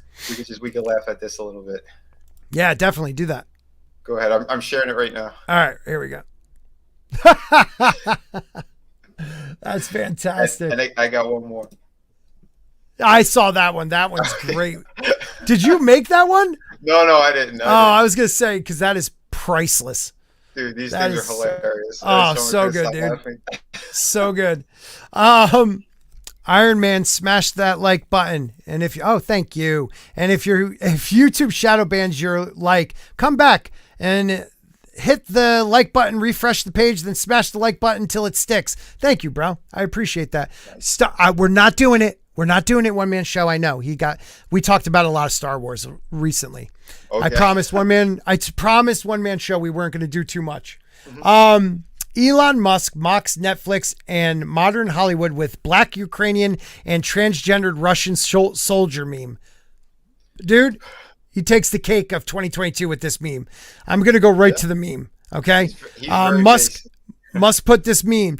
Oh, God, I hate this thing. It goes so fast. Netflix waiting for the war to end to make a movie about a black Ukrainian guy falls in love with the transgender Russian soldier. And I just love who he has in the picture. It's Ruffalo, isn't it? I want to think it's Ruffalo. I think it's isn't it Escobar from the is that what's his name? Narco show? Yeah, wasn't that the guy who played The Mandalorian? Is he? No, he's the cop in Escobar, right? I think he's the cop. I haven't seen that yet. I had it queued up, but I was gonna watch it until Pedro Pascal opened his mouth, and then I'm like, I don't think I want to see this show anymore. I can't stand that guy. So before sharing that meme, Musk shared the "I support the current thing" meme, which depicts an NPC avatar currently holding a Ukrainian flag with a number of other flags, including the transgender flag in the background. I love this one. I support the current thing. It's every flag you could think of. Today they literally had somebody door to door looking for donations for Ukraine. What? I'm like, my jaw hit the floor on all this stuff because now there's people they're setting up scams for others. It's so nuts, dude. It is. It really is, dude. People just, any situation, there's going to be like a Nigerian prince that wants to save them. Like they're going to get you. Yep. So Musk's meme regarding Netflix and modern Hollywood is particularly relevant given the streaming service just released their Vikings Valhalla series that race and gender swap Norwegian ruler Jarl Håkon. In the series, Caroline Henderson plays Jarl Håkon. I don't know if you realize something is incorrect with this picture. You're wrong. And I love people are coming out like, well, the Vikings, they went all the way through Italy and Portugal. Yeah, but they weren't going to make it a Sicilian queen. No. Okay. That's come on. not how it worked. No. No. They're the ones who wanted to dominate. And like you said, when you mess with history like that, it's retarded. It is. It is, like your race swap. The one that gets me the most is people got mad that people got upset with the race swap of Henry VIII's wife. Anne Boleyn or whatever her name is, making her a black character in a show. Yeah. But then those are the same people that are mad that America Chavez is actually a girl who's too light for the character and Mexican, not a darker Puerto Rican. Like they're never satisfied, man. No, they're not. They're really not. And I would be surprised if they go anywhere near that character's real story, because that real story, that character, America Chavez, is sex trafficked. Right. She was saved by her two mothers, right? Something along those lines. So, like I said, there's so many stupid things and hypocritical things across the board. Now, what if you took Blade now and you decided to make him, I don't know, a blonde hair white girl? You know what I mean? Like, right. It's stupid. It's wrong. Or again, Black Panther. If the new movie is some fat white guy instead, right, right. Me, please. I'm Black Panther. Like it just makes no sense, dude. Sporking Panther. That's my next one. Miriam. Where are you, Katie? Kate? Where are you, Katie? Come on, Katie. Katina. I'm gonna check out that mouse thing. I think you're right. And Darren, like my father before me, I love you, man. I hope you're feeling okay. Yeah, and James Hayes. How you doing, buddy? Okay, so we go on. Excuse me. So the series creator of that Vikings thing explained his decision by saying, I did a lot of research on Vikings, I would hope, and I certainly wasn't about to put a person of color into a role that the actor would spend all the time saying, I don't know why I'm here. But the fact of the matter is that we do know that the Vikings spent a good bit of time by the time of my story going through the Mediterranean, and they spent a lot of time in Egypt. He also claims, but they also found as they went into different cultures, they didn't dominate. They didn't conquer. What they did was they assimilated and they brought people in. And I get that. The Vikings were actually a lot better than most cultures doing that. Mm-hmm. Tell me where there is a black queen of the Vikings, of any Viking clan or whatever you want to call it. Here's what would have happened. They would have killed both whoever was the king then and whoever was making the queen, because that's what they were doing there. They would step it up. Okay, that person's a weak leader, or they're bringing in someone else who's going to rule us, who's not our people, and they would take them out. It's that What's simple. Up, Tim? Yeah, you're right. What's up, Tim? How you doing, man? What's up, man? Some good people in the chat right now. I'm loving this. Yeah, you're right, and they try to explain away everything. So the guy goes on, he declares, it is way too sensitive. I'm going to have to fix that. For this particular time, we know for a fact that there were people of color who had come up with the Vikings around the Iberian Peninsula, whatever. There were Vikings who ended up in Ireland who were from North Africa. There were sub-Saharan Vikings who had come up and had married Vikings or had been brought into it. He continued. Was Jarl Håkon based on a particular person? No, because there was not one. But it was based on yeah, exactly. Oh God, here comes a word for me. A manilicamination. A lot of people were saying. Thank you. You're smart. Of a lot of interesting stories. Again, show me the Black Queen of the Vikings. Because it is nonsense. And the ones who did that, right, where they would set up and they would have these other groups of people if they went to the Chinese. And what they would do is they weren't taking them back and making them kings and emperors and stuff. They were trying to grow their specific guild or faction or whatever it is, so to speak. Right. And they would let those people breed a little bit with them, and they would learn their cultures and shit on that level. But it was on a smaller level. They would never take anybody and put them in a position of power who were not their people. Now you have someone like Alexander the Great who would marry like a princess in a foreign land to, like, they conquered them and they wanted to assimilate the culture. Like, he was good about doing that too. He didn't dominate. He didn't tell them they couldn't believe in their gods. He would marry usually like a princess from that land. He wanted to rule the world, and by marrying those queens and stuff like that, he gave him that opportunity. Pretty much, yeah, it's like, all right, that's all right. Now Africa's mine. Now Egypt's mine. Whatever. Like, he was doing stuff like that, and that's a different situation than what this guy's trying to do in his story. Right, but tell me, if it came down to it, when he showed his wife, it would be a Greek wife. Even his soldiers were pissed that he kept doing this, but these were just political things. Like if he was going to show an actual, number one, his boo, as we say, it would be a Greek wife. This whole idea that we can insert other races, other genders into historical ones. Like they warmed us up with fiction characters, canon characters, and people called us ists and phobes because we were mad about that, just so they can loosen us up for, okay, well, Abe Lincoln now is a transgendered Asian prostitute. That's cool. Yeah, that's cool. And and Peter Dinklage is going to play him. This is the route that they keep going, right? But again, in history, it was for alliances and political reasons and shit like that too. And Darren, like my father before, he said it too. That's what it was. It was to conquer these lands, and that's why they would do stuff like that. But again, they wouldn't just take random people and throw them up there. No, it had to be for a bigger reason, right? To rule over. Yes. And thank you. I do love my history. I don't know if you're being a jokester, but I wanted to be a history teacher. One of the greatest sayings ever is if you don't know your history, you're bound to repeat it. And we're going through that right now. Destroy history, take away statues, take away books, and assimilate these kids into a more commie lifestyle. And I truly believe that's what's happening right now. The destruction of the nuclear family, the destruction of religion, the destruction of the American dream. Yep.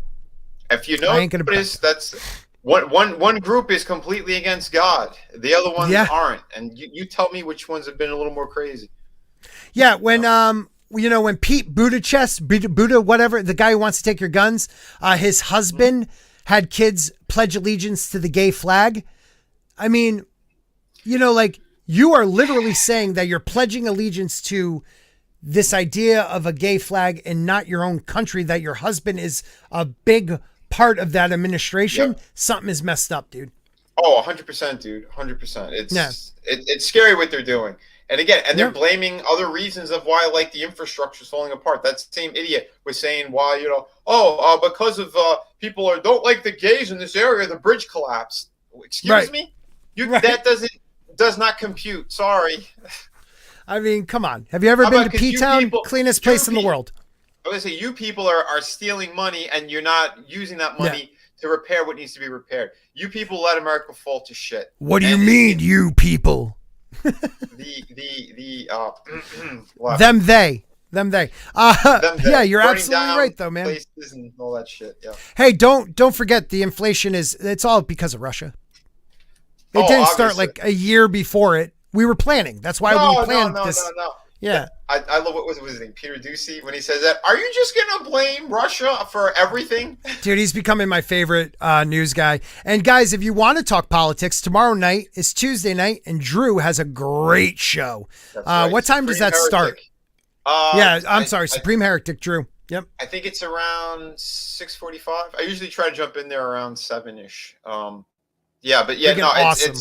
It's awesome. Yeah, he's got great guests. Yeah, man, he had Lara Logan on. He's got a lot of other great people too that come in and out of there. Yeah. And he had a porn star on last week, didn't he? Yeah. I missed that. I caught the last 5 minutes, so I didn't want to just jump on for 5 minutes. But well, I mean, that's all. Yeah, it takes. But you know what I mean? Sorry. Yeah, guys, check out Supreme Heretic. Your poor wife. My poor wife. That's the question. Netflix previously introduced a race swap queen Charlotte in the period drama Bridgerton. The decision to race swap the historical figure was defended by the author. Quinn argued many historians believe she had some African background. It's highly debated point, and we can't DNA test her, so I don't think there'll ever be a definitive. Thank you, bro. Answer. What if that was something that had been acknowledged and accepted at the time? What if she used the position to bring other people of color into positions of power? What would society have looked like? Well, I get that, but it didn't happen. Well, hold on. What just happened with Harry's wife? Yeah, Harry's wife. Didn't they give him a boot? There was a whole racist situation. So you mean to tell me back then they were more accepting than now? Yeah, right. I'm going to call bullshit on that one, Charlie. I'm calling definite bullshit on that one, dude. Yeah, dude. Oh, here's the goddamn mouse. The Anne Boleyn thing I was talking about. Netflix is not the only one to race swap. Channel 5 in the UK race swap Anne Boleyn. Okay, by Jodie Turner-Smith was the person playing the role. The show's director, Lindsay Miller, defended it by saying, I feel very strongly that we have the best actress for the role, so I am happy to stand by it. I'm very proud of what we have created together, so let them talk. There are going to be a lot of people who don't like it, but I feel like there has to be space for that, and there is going to be like a lot of people who love it, and I'm one of them. Or she's probably English. But this is Anne Boleyn. I am sorry. Anne Boleyn was a French girl, like a French-English girl. That's a big no-no for me. When you take someone who people know in history and then you do this. Now, if it's a fictional character, there's more leeway.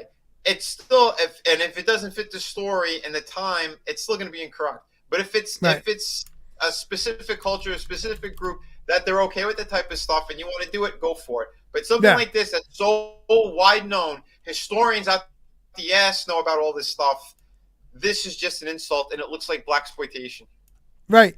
And don't get me wrong. Like, if your plan is to race swap and have different characters play, like Hamilton, you have people that are Latinos, people that are Black playing historical founding fathers. I'm fine with that because we know that going into it. We know that it's just talented people wanting to make something interesting. This is done because, what does the person say? The writer said, Hendrick says, we wanted to make sure the world of our Tudor court didn't look exactly like period dramas that we've seen in the past. What? Accurate? Because it is such a well-known period of history and Anne's story itself has been really well covered. We wanted to make sure that it felt fresh, alive, and different. How about write it better? Exactly. Like, they went for shock value. These people are demented. Keep going. I'll be back in, give me 2 minutes. I'll be right back. No, I'm going to keep reading. So, and also reflective of our society today. Well, that's the problem, people. You keep trying to put our society's views and looks onto historical periods, and you just can't do that. Hopefully we would attract new audiences. That's the key, who maybe didn't see relevance in watching a story like this previously. Because I don't see myself in the character, so I'm not going to watch that. I'm not going to watch it. I need to see a character that looks just like me. Han Solo needs to be a chubby, bald, middle-aged guy, or I'm not watching it. Whitey. Hollywood, at the behest of activist groups like GLAAD, has also been including transgender characters. Most recently, the creator of The Matrix retroactively declared their work as a transgender you know what I'm trying to say, which pisses me off because they did not, even though both the Wachowskis became transitioned to women, you can't now go back now and say it was about transgender. Maybe it was because you trans. I don't know, but that to me is bullshit. Bullshit. The upcoming Batgirl movie also recently cast transgender actor Ivy Aquino to play Alicia Yao. DC Films previously cast non-binary actor Quintessa Swindle to play Cyclone, aka Maxine Hunkel, in the upcoming Black Adam film. Okay, again, I don't have a problem with gays and transgenders playing characters, getting jobs. But right now, we looked at someone did a paper on this. Out of society right now, maybe top 11% are gay or identify as LGBTQ, whatever. Over 26% of the characters in shows and TV that were released in the last 5 years are of the LGBTQ. So their representation is there plus some, but yet you still, because there's such a strong social media group and they're so strong at pushing their agenda, Bob Chapek bent the knee and said they're going to have more content coming out for LGBTQ plus, children's stuff. That's awesome. I love that. It's awesome. I'm talking about how the SJW and those of the like are hypocrites. They are. Rough Girls in the house. How you doing? It's ridiculous. There are also rumors that the film will retcon Red Tornado Madelthun into a transgender character. That's awesome. I think I'm going to leave again. Yeah, I'm going to leave with you very soon. Kevin Feige was asked, are there any current plans on bringing more LGBT plus characters into the MCU, specifically the T for trans characters? Feige says, yes, absolutely. Yes. And very soon in a movie that we're shooting right now. Yes. So, I mean, he's so brave. Time. Marvel is going to go all so the way down brave, the toilet. though. Yep. Oh, don't forget Loki's bisexual. Yeah. So brave. Can't forget that. Can't forget that. I mean, in history, he was more non-binary or gender fluid in history? In the mythology, he went from male to female. Why didn't you just go with that? Had to make him bisexual. Zeus was into bestiality. Yeah, Zeus was a freak, dude. Holy hell. Zeus got it on with whatever moved, dude. He also made people get it on with him when he was like a bull, a swan. Yeah. He was a freak, dude. I love it. Frankie the Bunny 666. It's literally the lowest hanging fruit. Oh, Neo wasn't happy with his life and knew there was something better for him out there, just like a trans. Oh my God. No, what they're saying is the character of, was it Switch? What's the character in, crap. Now I got to look that up. Hold on. Yeah, the character in the first Matrix that they now are saying was a transgender. Like they planned the character to be a transgendered character. Like one of the ones that they use for cannon fodder, basically. Yes, the one that when she dies, she goes, "Not like this." Oh, yeah, Switch. Yeah. Belinda McLaury played Switch, and what they say now what they wanted to do was when Neo was on the ship in the real world, Switch would be a man, but when Switch went into the Matrix, it was a female. They might have planned that, but I guess maybe there was backlash or something with Hollywood, because at the time they couldn't make money off of that. But we know the reason for it. It's because those two brothers, those writer directors, were going through it themselves.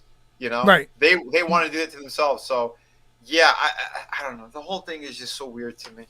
Yeah, well, don't worry, because Kate Herron, Marvel Studios director, needed to see herself in Loki, because everybody needs to see themselves. Of course they do, don't they? Right. So she wrote, "From the moment I joined Loki, it was very important to me and my goal to acknowledge Loki was bisexual. It is part of who he is and who I am. I know this is a small step, but I'm happy and heart is so full to say that this is now canon in the MCU." Whoa. Wow. Check off another box on that right. on that list. That was her goal. You know what? Then maybe the female Loki should have been fat and ugly. Right. Right. If you wanted to see yourself in the role, why don't you do that then? Right. But I just love how, your goal wasn't to make a great show. Right. Your goal was to make sure Loki was bisexual. Was your political views that you had to force in there, and to confuse people, because again, kids watch Disney Plus, right? So it's all about the grooming of the kids is what these people want to do, and they're sick. They're all demented. Yeah, right? It's just messed up, man. And the sad thing is how just follow Hollywood people. In June, they'll have their flags out, and July 1st, it's gone. And yes, they now are feeling the pressure to have more characters. And again, I don't care if there are well-written LGBT plus characters. It's when you decide to take a historical figure, take a figure that for over 75 years has been a white man, and turn him into whatever, they are trying to deconstruct what has come before them. Of course. That is their goal. She says it. Yeah. Well, look at Star Wars. What was it? Forget to destroy the past or whatever. Yes. This is their goal, man. This is what these people want to do. And they push it and they put it into their entertainment. Why? Because celebrities are like the godlike figures. They're the people that they think mass swarms of people will follow and do anything that they say. It's all the same shit. I heard Amber Lynn's going to have a penis, just like Michelle. Michael. If you want to know more about that, check out... No, I was going to say something horrible. Actually, check out WM Webcast. Yeah, check that out. That's a good one. He'll tell you. Our boy knows what's up. He'll show you the Ellen clip. Dongs a flying. We all know. Know. Hey, they allegedly took out Joan Rivers after that statement. Dude, I mean, simple. She's had 900 freaking cosmetic surgeries, and that one took her out right after she said we've already had a transgender in the White House. Yep. She was very matter of fact about it. Oh, Joan. I'm not saying it, Mr. Obama. Anyway, we're going to wrap it up, guys. It's almost been 2 hours. Vinny, thank you, man. This was fun. And I'm going to make sure, guys, I'm going to get on Vinny's channel. I have not been on his channel yet. So I'm hoping next week. Next week, maybe next Thursday. Yeah. Okay. It's Fridays and Sundays is when I do them. Fridays and Sundays. Okay, so maybe next Friday then. Okay, cool. We'll talk. We'll talk. Yeah, let me know. Yeah, I want to get on, but please. My people will call your people. Yeah, my people call your people. Will do people. That's right. Tell them where they can find you and all the good stuff, buddy. And in just a couple minutes, I'll be running over to ETEP's channel. So the place to be reviews. Check that out. Check out my awesome projects. Again, shout out to the Kraken's the newest one. Yeah, if you guys can support, it'd be awesome. If you can't, if I play this, am I going to get nailed? Maybe. I don't know. Okay. Red did the trailer for me. I don't know. Oh, then I'll get nailed. Red always gets you screwed. But guys, please check it out. I put the links in the description. There's links in the chat. Guys, please check him out. Wait a minute. I just saw something about me being pegged. What was that? Uh-oh. Not again. Who told you? Are you talking about Walton did. Walton, it was a one night in a hotel room and we talked about my frozen meats. He said something about cuddles. I don't know. We cuddled well together. Guys, please check out Vinny. He's going over. Let's get ETEP's link in the chat. Also, guys, I'm going to put my short. I want it to take off. You know, it's a good short. I do my my Australian accent in this short, so I'm going to put that in the link right now. If you haven't checked that short out, please check it out. I've been realizing with the little time I have, shorts are the only way I could put out videos. So I give you credit, man. I give you credit. You and all the guys who are doing videos, you guys are killing it. It's a lot of work. Yeah, it's a lot of work, dude. Oh, yeah. So let me get ETEP's up here too. ETEP Wannawanakui. So yeah, make sure, guys, remember subscribe to my channel as well at Vinnie Art. Again, I put up some toy reviews. I put up one of we talked about her before, Zoe Kravitz from the Batman movie. I got that figure review up. I'm gonna have a Spider-Man one up pretty soon as well. I jump around because I'm fans of all kinds of different stuff. He's live. He's live right now, so hurry up. I know he is. I know I'm late. But on top of all that, you could catch me over on World Class Bullshitters on Wednesday night at 8 p.m. Eastern. We're going to be talking toys over there, and we're going to have a good time. So that's awesome, dude. That's awesome. I'm looking forward to it because they're always fun to hang out with. That's going to be cool. I'm definitely checking that. Thank you for coming, man. Oh, yeah. I had a lot of fun. I hope you did too. Oh, yeah. Guys, this one, first, Mr. Grant Gregory, thank you for this. Hell, I'd still hit it. I came to kick ass and watch Sporking News podcast. And I am all eyes. All right, everybody. Hey, to my channel members, thank you guys. I think we just hit 50 channel members, and I'm thinking about having a channel member stream soon. If you're not part of the DM on Twitter, please let me know. Just shoot me a DM on Twitter, and I'll put you in the Sporkerz. And also, I'm thinking about getting a server like Culture Casino does because he's the best. All right, everybody. Peace. Later. Thanks, Vinny.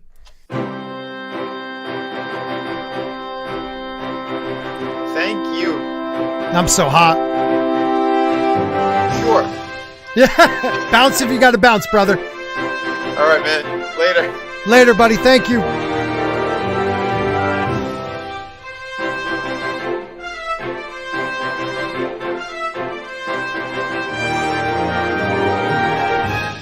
Good night, everybody.